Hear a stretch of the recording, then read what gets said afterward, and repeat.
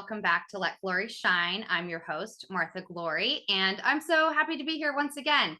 I have an absolutely amazing guest today that I just got to meet this week, and we connected so quickly on so many different levels. It's like when you meet your soul sister and you're like, oh, we have shared experiences. So I'm really excited to introduce to you Rebekah Hope, who is a certified life and health coach. She specializes in helping women in their 20s discover their purpose and overcome life's toughest challenges. After being exiled from her Amish home at age 18, she survived 2 suicide attempts and escaping an abusive marriage. Rebekah has transformed her life and now empowers others to do the same. She's also an author of 2 books. Welcome, Rebekah. Thank you so much for being here. Thank you for having me, Martha. This is such a privilege. Absolutely. So when I got to speak with you earlier this week, you mentioned that you were from, I think I said Amish, but because I'm from the Midwest and that's what they say, but it's Amish community. And I asked you, like, if that is something that you consider a cult experience. Did me and said, yeah, absolutely. I believe that was a cult experience. Because there's some people that do and there's some people that don't. It's all personal experience. And so I want to hit on that a little bit today, because I haven't interviewed another cult survivor on this show other than from my own cult. So I want to just talk about why that felt like a cult experience to you, kind of your Amish bringing up, and how and why you feel like that was a cult experience versus just a religious experience. Absolutely. Yeah. I mean, as you said, like not everybody identifies the Amish as a cult. I am aware of that. And not all of the Amish are, I guess, the definition of a cult, because there are a lot of different sects of Amish. I came from a very strict Amish community, and it's by definition a religious cult. Amish is a religion and it very much operates like a cult, especially the community I came from. And that is when I talk, when I share my experience, I'm speaking specifically from the community I grew up. And I wanted to clarify that because of what I referenced earlier, like there are a lot of different types of Amish. So with that being said, the reason I consider it a cult experience, not just a religious experience, is because it very much operates under pure pressure and one man getting to call all the shots, and it's about power and control. The bishop is, what we reference, the bishop, he is the head of the church, and then he has usually around 4 or 5 people who help him, kind of like they're the bishop's helper. So they go out and do the bishop's bidding, if you will, making sure, like, if somebody broke a rule, they are the ones that are going out and making sure that's corrected or the proper consequences are applied. This allows a space where women are very much suppressed, children are groomed, and what I was told is discipline. Everyone has their own definition of discipline versus abuse and where that line is. But it was very clear to me later on in life, as I looked back, that what I experienced wasn't just discipline, it was very much abuse. Yet I was not able to identify that as a child because of the way I was groomed. The setting that I was in, it allowed for that, and it covers up a lot of what today's society would consider a crime, and people would be like, go to jail, go to prison for it. Like, there are major penalties for these acts, yet the Amish cover the religion, which you're using religion to cover a crime. That's not uncommon outside of the Amish as well. But at the same time, it's so suppressed from the rest of the world. It very much operates like a cult. And that just, it shuts down people's voices, the victims of it. They never know who they are because they're just always taught who they're supposed to be, and if they don't fall in line, then they're being rebellious. And how dare you question our rules when we told you this is how it's always been, when in fact it's not how it's always been. A cult somewhere started. The Amish started in the early 1700s, from my understanding. So no, that's not how it's always been. Somebody started that. Yeah. But my young mind couldn't comprehend that. I believed what I was told, even though it didn't feel right. A lot about the operation of the Amish church I really didn't understand until after I left. And I think you said at 18, I was actually only 17. I tried to run away when I was 16, or actually did run away when I was 16, and then was forced to go back again when an officer came out at that time when I was 16, questioned me and, are you being abused at home? Like, why did you run away? There's got to be a reason a 16-year-old runs away from home. And I said, no, absolutely not. What are you talking about? I'm not being abused. Well, no. But that's because I believed I wasn't. I believed what I was experiencing was normal and discipline, and it was okay. When in reality, it was actually the complete opposite. It was the complete opposite. So I don't know that I've never actually explained it in that way. So I don't know if it makes sense what I said or if that answers your It question. makes perfect sense that when I was listening to you retell it, you could be telling the same story about of my life, right? Like, because everything that you spoke about is exactly what I experienced. Our voices being suppressed, not allowed to have your own identity. You follow the rules or else. A fear-based regimen, right? Like when you keep people in fear, they don't understand that they have choices that they can question, right? Like it's a fear-based doctrine. The isolation, right? We were very isolated from the outside. So we didn't know what was normal or what was criminal or what was right or what was wrong, because that's all we knew. Right. And we were groomed to just, this was what it was. And we had no perspective or perception of what was happening in the outside world. And this was just what we knew. So you don't know what you don't know till you find out you don't know it. And generally, like for me and you, that was after we left and after we were like, head, like I say, that's like head first into a pool of this new world that we knew nothing about. And it's like sink or swim, buddy, like let's go. Mhm. And it takes a long time to go, holy crap, what did I just survive? Like Sad. what those things that happen to me are illegal. People go to jail for those things, right? I remember when I finally had found my voice, I'd been out nearly 10 years. And when I started talking to authorities, they're like, I'm so sorry, your statute of limitations has run out. There's nothing that we can do. The statute of limitations in Wisconsin was 7 years for sexual and physical abuse. Only So, 6 years? right, which is Oh, absolutely ridiculous because you and I both know when you're groomed and when you are programmed that to live in this fear space of like the bishop or the leader can do no wrong, that you must be the person that's sinful, your heart must be wrong with the Lord doing this way or acting this way or any, right?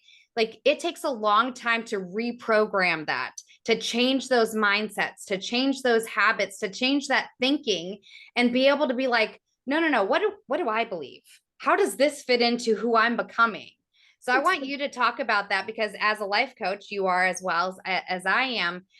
We run into this a lot of not just from being in a cult, but understanding the need for reprogramming for how we grew up in our nature versus nurture, or our environment, or our generational curses, right? All of those things tie in, just like our cult upbringing did, right? So I want to let you speak on that. Yeah, it's very much like a fish out of water. Like you are suddenly in a space where you weren't taught how to breathe. You were taught how to breathe this one way. Now suddenly that one way is actually no longer available unless you decide to go back, which when I left, I was like, this is it. I literally left thinking, if I do not survive, I would rather do this than stay where I am. That is how bad my home environment was. Or at least how bad I perceived it to be. I have siblings, 7 of them, and I think every last one of them would tell you a different story or different experience that they had. We all experienced it differently. Again, just to give you a little bit of an idea, like the Amish, the main thing that they keep the Amish in their community, in their religion, is by putting this fear in them that if you leave, Yep. You're you're going damned to hell. like that is there is literally there is no hope for you if Yep. you Salvation is off the table. Yep. yeah, and they believe there's a biblical scripture, there's a scripture on that says you are to stay as you were born, and they take that as if you were born Amish, you dare not question that you stay Amish.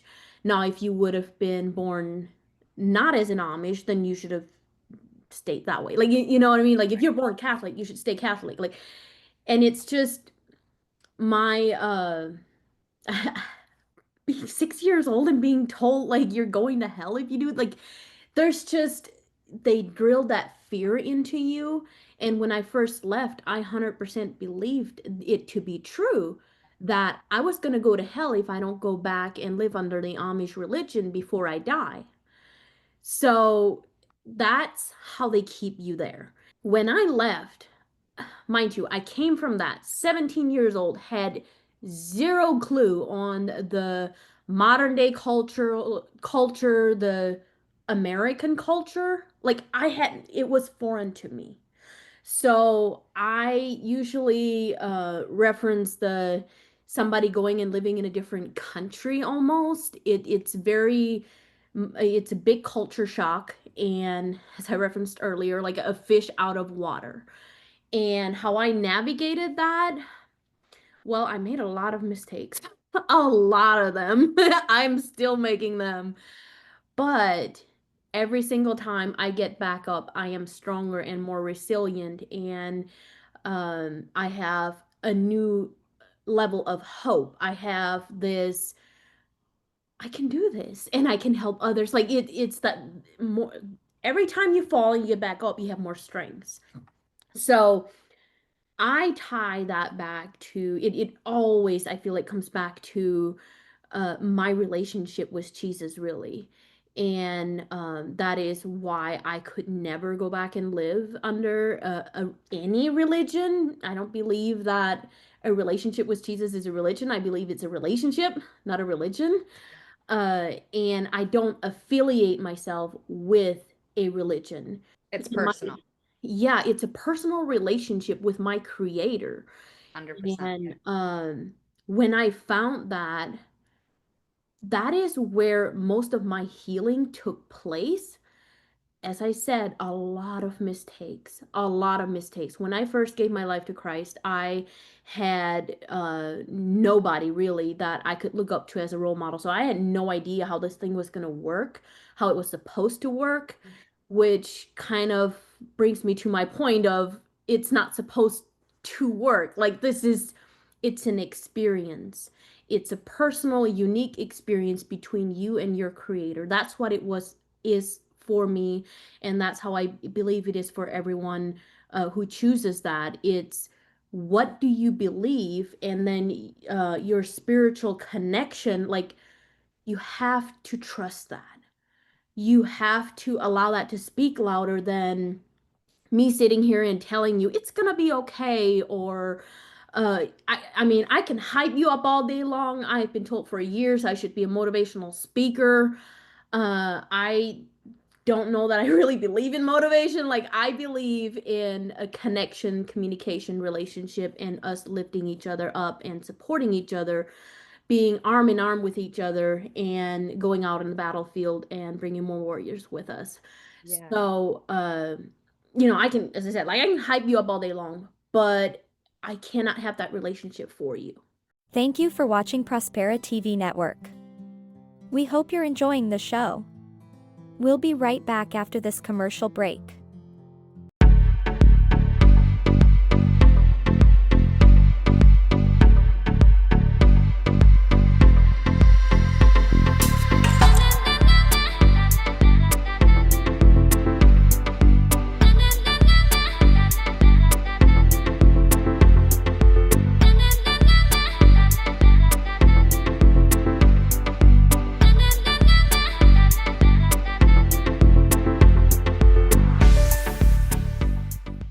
I can, as I said, like I can hype you up all day long, but I cannot have that relationship for you.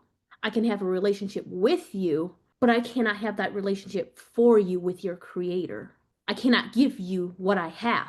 I cannot give you that relationship. I can show you Or what share your I've done. experiences. Yep. I can share my experiences, but at the end of the day, you have to have that for yourself. In summary, that is what it comes back to. Yeah.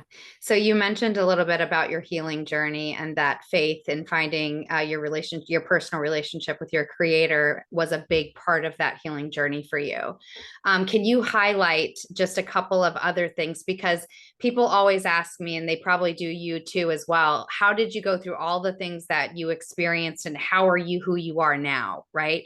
How do you get to show up with that genuine smile? How do you get to show up with that genuine resilience and strength and fortitude of understanding who you are and who you are in the sight of your creator, right? Like I talk about this all the time because I'm passionate about knowing my identity and who I was created to be by my creator, right? And that allowing that to be my identity, not all of the exterior things that I took on because of my experiences, right? But getting back to the core of who I am, who God says I am, and living in that, right? So can you highlight a little bit about your healing journey and how you got to where we are today? There are so many things I could share on that. One of the things is, first, like it does have to flow all from the connection with your creator. But secondly, then the people around you, connect yourself with the voices that you resonate with, those of like-minded. There is a place for you to have that inner circle of people that you call your warriors, I call it my circle of influence. And then there's a place for you to go out in the battlefield and bring others with you and share that experience. So your home life, your home life and your inner circle, not more than 5 people, like the 5 people that you associate with the most. Those are the most influential, and you will become the average of those 5. So, like, keeping that in mind, being aware of who you surround yourself with, realizing you do have to have a community. You were created for connection by design. So don't suppress that. And at the end of the day, I came to the realization that there is no trophy for the victim. There is no trophy for having the biggest sob story. There's no trophy for the person who had it the worst, the person who went through the most.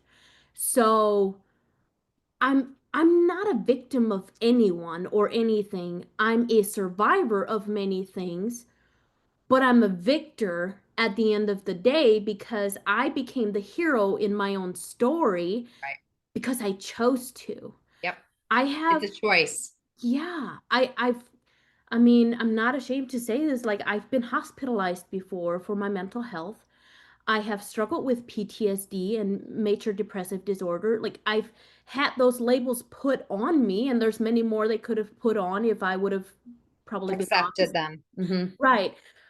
But I don't look at myself as a label or as anything other than what God created me to be, first and foremost.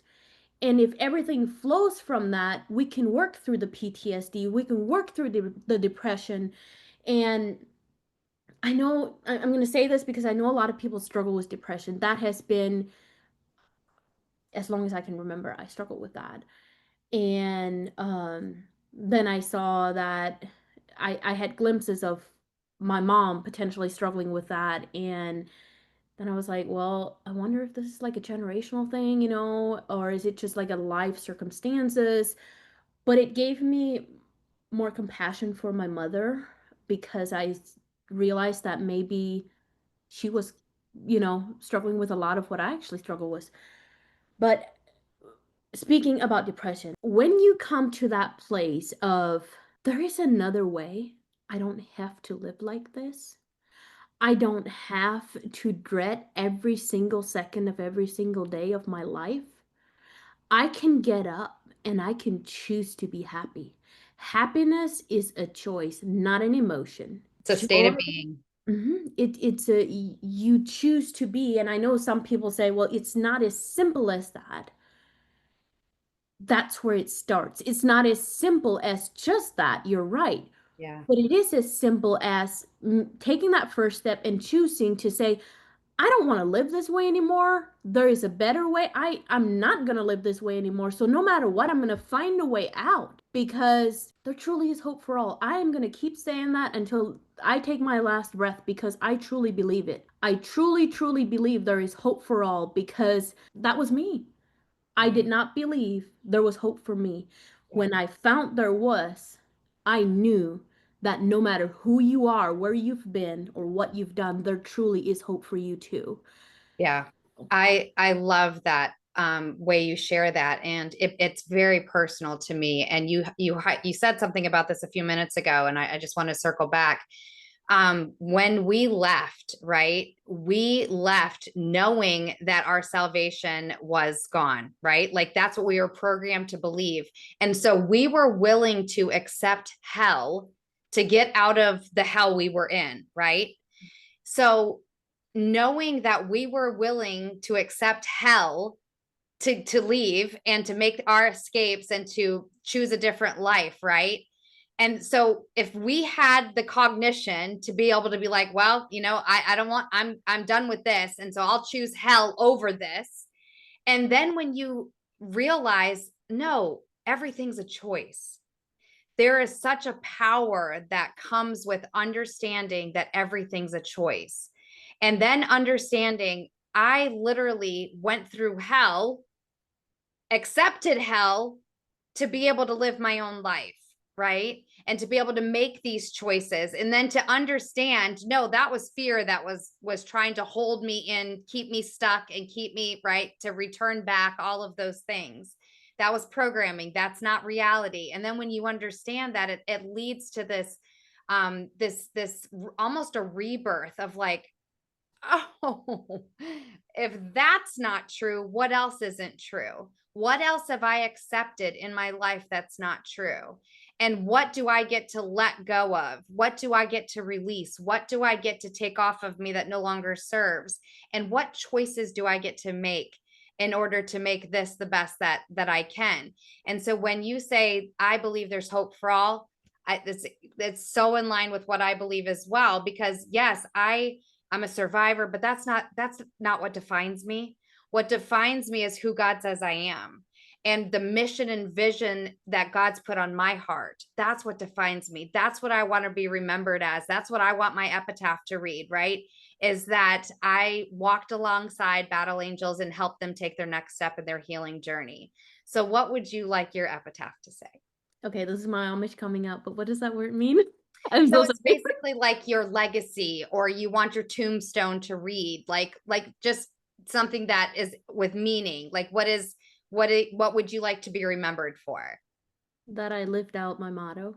I actually went through this exercise with a group of individuals recently where they had us write out our obituary. Of Mm, everyone who shared their obituary, mine was the shortest. So I felt a little bit like, wow, I probably didn't do enough work. And I was done first. Like it took me the shortest period of time. So I really thought like I didn't do my due diligence. I should have spent more time. But afterwards, like I thought about it and I'm like, no, that's like what I want to be known for. I kept it simple. I chose love and I lived it out. Like I brought it all back and I'm like, no, like I want to be known for that. I didn't make simple things complicated. I made complicated things simple. Life is really not that complicated. If we break it down and we take those what seem to be complicated, we can make them simple instead of the other way around. So, I mean, I would say that I kept it simple and I lived out what I believed. yeah. I lived my motto that I truly believe there is hope for all, which means I lived it. I love that. I love that. With the last few minutes that we have left, I want you to talk about what you're doing now. I want you to talk about Divine Hope Community. I want you to talk about your books. Tell us what you're doing now. Yeah, so gosh, this is my baby. The Divine Hope community, I founded it a couple years ago, and it was birthed out of this newfound reality that I can do so much more with my story than just speak to people individually or share here and there, like at my church or wherever I have that opportunity. I actually saw it as a way to help people on a larger scale. With that, I did like I took education, like professional and personal experience, combined that into a course where I help people. I guess technically I'm considered a certified life coach, but I'm really just your friend trying to help. Like that's what I'm Yeah. here for. I'm your friend. I want to help.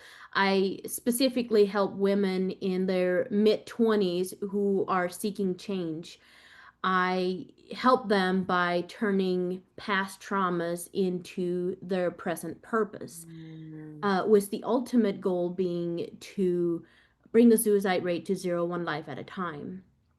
And I know you said this when you introduced me that I'm a two-time suicide survivor. So that's a little bit, it comes from that. Also realizing that why people choose to take their lives, and that it's really not because they want to take their lives, but rather they want to take the pain they are feeling and they see that as the only way out. Because I am a strong believer that if I can show somebody that they truly can have a good and joy-filled life, that that's possible, they would never choose to take it.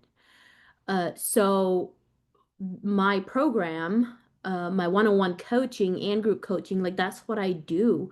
I take them through these divine hope steps and ultimately help them, as I said, process past traumas so they can step into their divine purpose.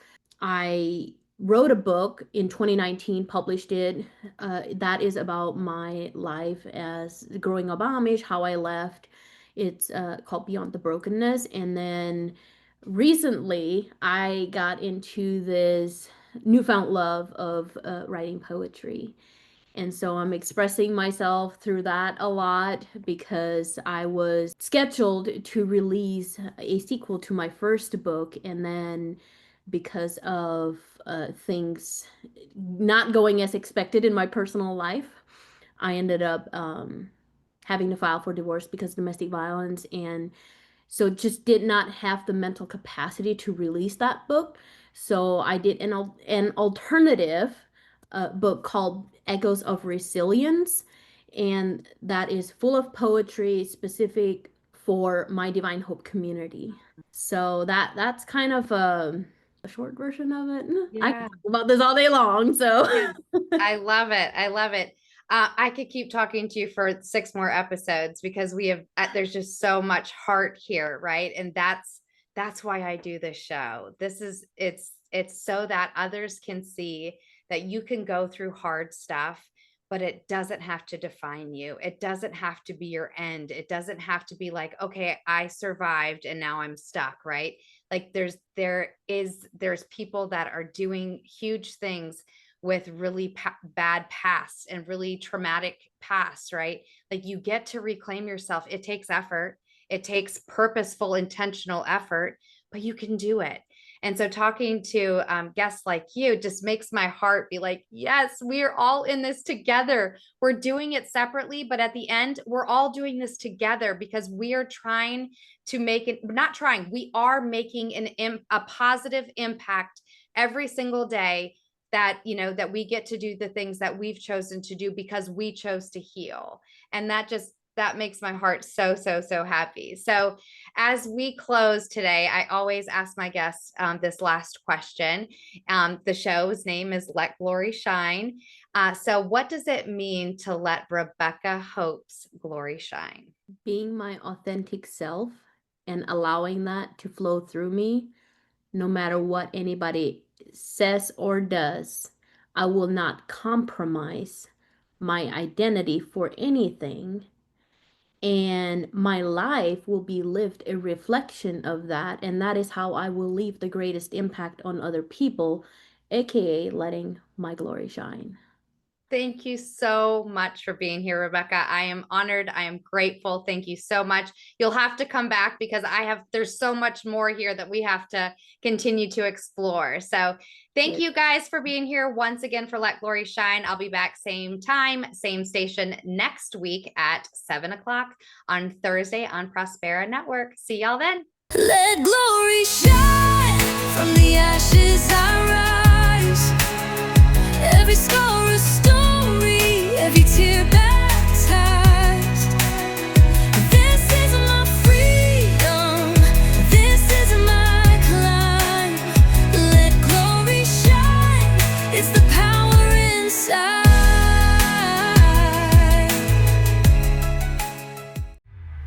This is your prosperity. Dreams align with grace, abundance flows like rivers. You've stepped into your place.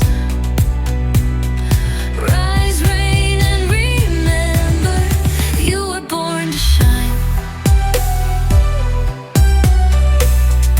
Welcome to your moment, Prospera, it's time. We hope you enjoyed today's show on Prospera TV Network. Make it a point to visit us on YouTube and catch all your favorite shows anytime you want. Interested in hosting a show of your own? Or advertising your business on our network? Contact Elena Rodriguez.